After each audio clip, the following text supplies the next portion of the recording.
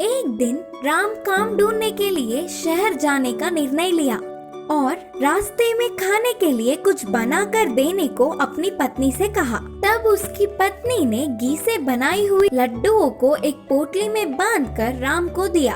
वह लेकर चलता हुआ राम जंगल के रास्ते चल पड़ा। शहर में शाम तक घूमा, पर कहीं काम न मिलने पर निराश होकर पीछे मुड़ गया। घूम घूम के सफर करने पर वह बहुत ही थक गया और विश्राम करने के लिए जगह ढूंढने पर उसे नदी के पास एक पेड़ दिखा। उधर जाकर उस पेड़ पे अपनी लड्डुओं की पोटली लटकाकर पूरी रात उधर ही सो गया। सुबह उठने तक पूरा पेट भरा हुआ और बड़ा सा बन गया था। उसकी लड्डुओं की पोटली भी बहुत ऊंचाई पे दिखी।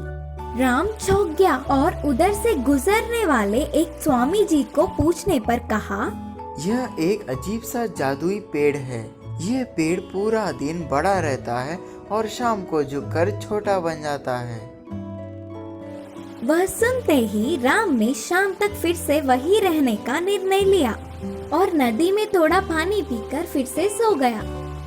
उसी समय में जंगल में घूम रहे अच्छे वाले भूत को लड्डुओं की खुशबू आई।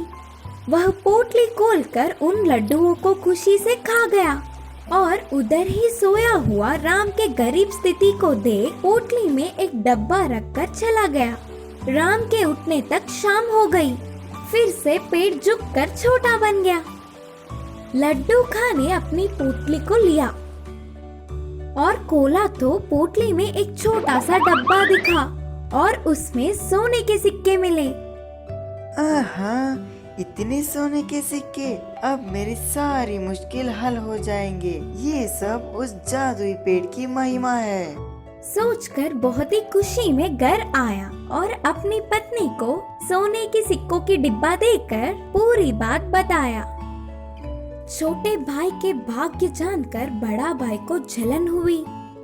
उसे पूछकर पूरी बात जान गया और अपनी पत्नी को लड्डुओं की पोटली बांधने को कहा।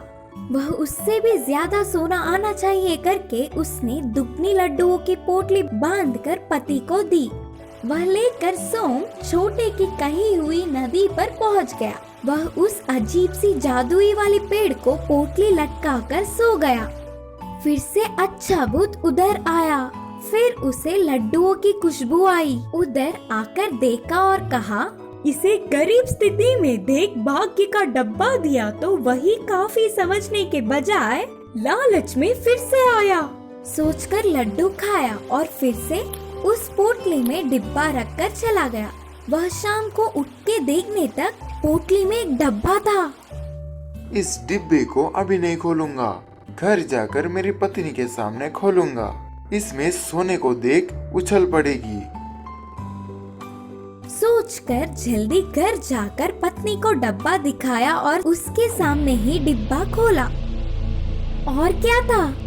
उसमें से दो भूत रस्सी पकड़ के आकर दोनों पति पत्नियों को 20-20 लगाकर पटक पटक के मारकर फिर से डिब्बे में चले गए। उस डिब्बे को ले जाकर नदी में फेंक दिया।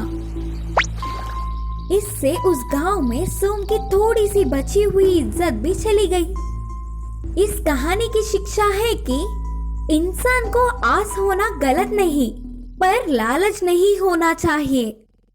छोटे की होशियारी। भीमपुर नामक गांव में चंदू नाम का लड़का रहता था। वह उम्र में छोटे होने के बावजूद पढ़ाई, खेल कूद सब में पहले रहता था। किसी भी काम को आसानी से कर लेता था, फिर भी अपने आप की बड़ाई कभी नहीं करता था। उसी गांव में बलिरा बंडारेड्डी नामक दूसरा युवक भी रहता था।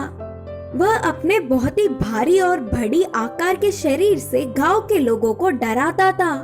ओए, इस भीमपुर में मुझसे ज्यादा हिम्मत वाला और बलवान कोई नहीं। मेरे मुकाबले में कोई नहीं। आया भी तो समझो गया। बोलते हुए चट्टान के पास बैठ अपने आप की हमेशा बड़ाई करता था। भंडारेड्डी के हट्टे कट्टे शरीर को देख सब उसके बातों को सच मान लेते थे, लेकिन सच में तो वह बहुत ही डरपोक था। ऊपर तो ऐसे हिम्मत वाले और भलवानों की तरह बोलते हुए नाटक करता। ऐसे कुछ दिन बीत गए। एक त्योहार के दिन उस गांव के सारे बड़ों ने अपने गांव में बहुत ही हिम्मत वाला और होशियार कौन है जानने की इच्छा से मुकाबला करने का निर्णय किया।